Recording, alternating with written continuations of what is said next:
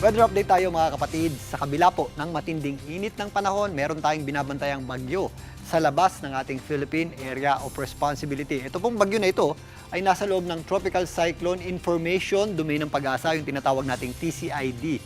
Kapag pumapasok po sa TCID ang bagyo, ay nagbibigay na rin po ng impormasyon dyan ang Pag-asa dahil na ito ay possible din kung umabot o pumasok sa loob ng ating Philippine Area of Responsibility. Pero ang bagyong po ito ay napakalayo pa sa ating bansa at huling namata ng Pag-asa sa layong 3,000 kilometers east ng northeastern Mindanao. Ito po ay nasa tropical depression category na may taglay na lakas na hangin na nasa 55 kilometers per hour.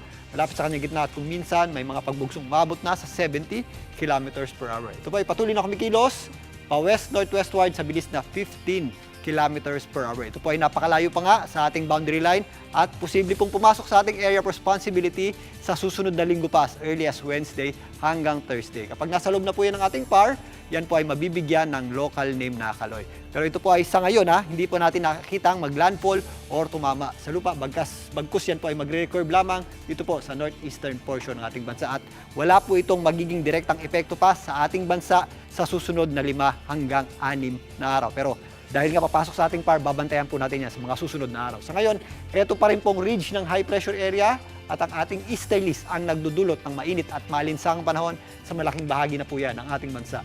Ang ating pinakamataas na heat index ngayong araw na ito ay pumalo po sa hanggang 44 degrees Celsius dyan po sa areas ng Eastern Samar, dyan po sa Katarman.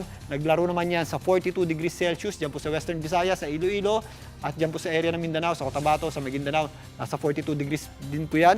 At sa area nga po ng Central Luzon, napakainit din po, lalong-lalo nga sa mga kapatagan ng Central Luzon, sa Badar Aurora, Tarlac at Masbate, maging sa areas ng Camarines Sur, naglaro po sa hanggang 41 degrees Celsius yung ating heat index.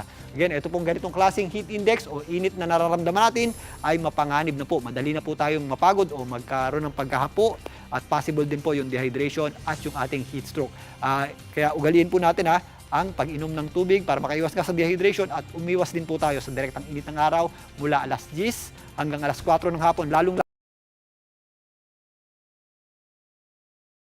Metro Manila, magpapatuloy din po ang mainit at malinsangang panahon, lalong-lalo na po sa tanghali. Yung ating maximum temperature ay pumapalo sa hanggang 34 to 35 degrees Celsius, pero yung ating equivalent na heat index niyan ay naglalaro naman sa 37 to 39 degrees Celsius. Napakainit din po niyan, mga kapatid. At yan muna latest sa ating lagi ng panahon. Muli ako pong yung weather frontliner, Alvin Pura. Lagi may panahon para sa inyo. Mga kapatid, Julius Babaw po. Para sa komprehensibo at makabuluhang balitaan at talakayan, mag-follow at mag-subscribe na sa social media pages ng News 5.